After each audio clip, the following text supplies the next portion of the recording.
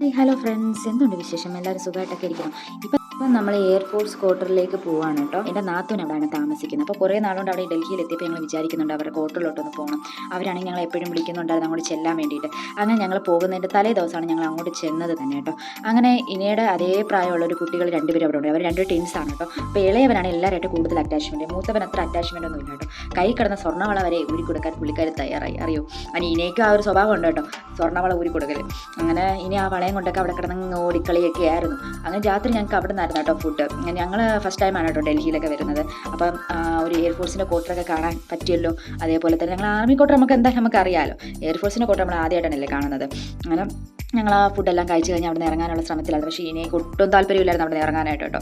ഇനേക്ക് കുട്ടികളെ കണ്ടു കഴിഞ്ഞാൽ പിന്നെ ഇനേക്ക് അവിടെ കിടന്ന് കളിക്കാനുള്ള ഇതായിരിക്കും. പിന്നെ ഭയങ്കര കരച്ചിലൊക്കെ ആയിരുന്നു. പിന്നെ ഞങ്ങൾ അവിടെ നിന്ന് ഇറങ്ങി അപ്പോഴാണ് വഴി വെച്ചൊരു പട്ടിക്കുട്ടനെ കണ്ടത്. അങ്ങനെ പട്ടിക്കുട്ടനെ ഭയങ്കര ഇഷ്ടമാണ് ഇനേക്ക് കേട്ടോ. അത് ഏറ്റവും കൂടുതൽ ഇഷ്ടം മീനുകളൊക്കെയാണ്. അതാണ് ഏട്ടൻ വന്ന് അപ്പോഴേ ഫ്രഷായി കുളിച്ചൊക്കെ ഫ്രഷായി ഞങ്ങൾ ഫ്രഷ് ആകാൻ പോവാണ്. അപ്പോൾ ഈ വീഡിയോ നിങ്ങൾക്ക് ഇഷ്ടപ്പെട്ടിട്ടുണ്ടെങ്കിൽ ലൈക്ക് ആൻഡ് ഷെയർ ചെയ്യാൻ മറക്കല്ലേ. Bye bye, see U.